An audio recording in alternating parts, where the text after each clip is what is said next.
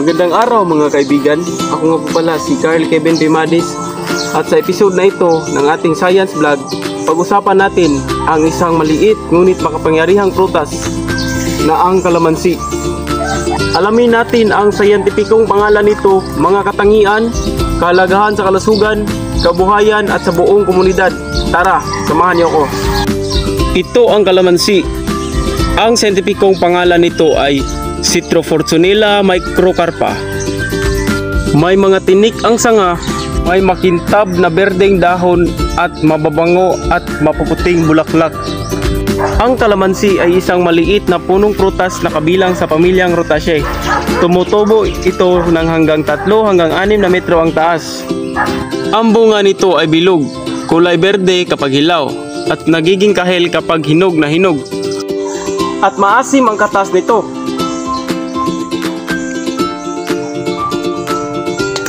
Maasim nga! At karaniwang ginagamit sa pagluluto at paggawa ng inumin. Ang kalamansi ay mayaman sa vitamin C na nagpapalakas ng resistensya. Ginagamit nilang natural na lunas sa ubo at sipon. Nakakatulong sa pagpaganda ng balat at pagtunaw ng mga pagkain. May taglay na antioxidant at antibacterial na katangian. Nagkakakitaan din ito ng maraming magsasaka. Ginagawa itong juice, concentrate, sabon at pampaganda. Ibinibinta din ito sa mga palengke at ini-export sa ibang bansa. Karaniwan din itong ginagamit na sangkap sa mga lutong bahay bilang pampaasim o sausawan, adobo, inumin at iba pa.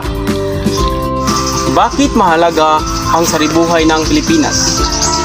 Mahalaga ang saribuhay ng Pilipinas dahil ito ang pinagkukunan natin ng pagkain, gamot at kabuhayan. Pinapanatili nito ang balanse ng kalikasan at nagbibigay proteksyon laban sa mga sakuna tulad ng baha at tagtuyot.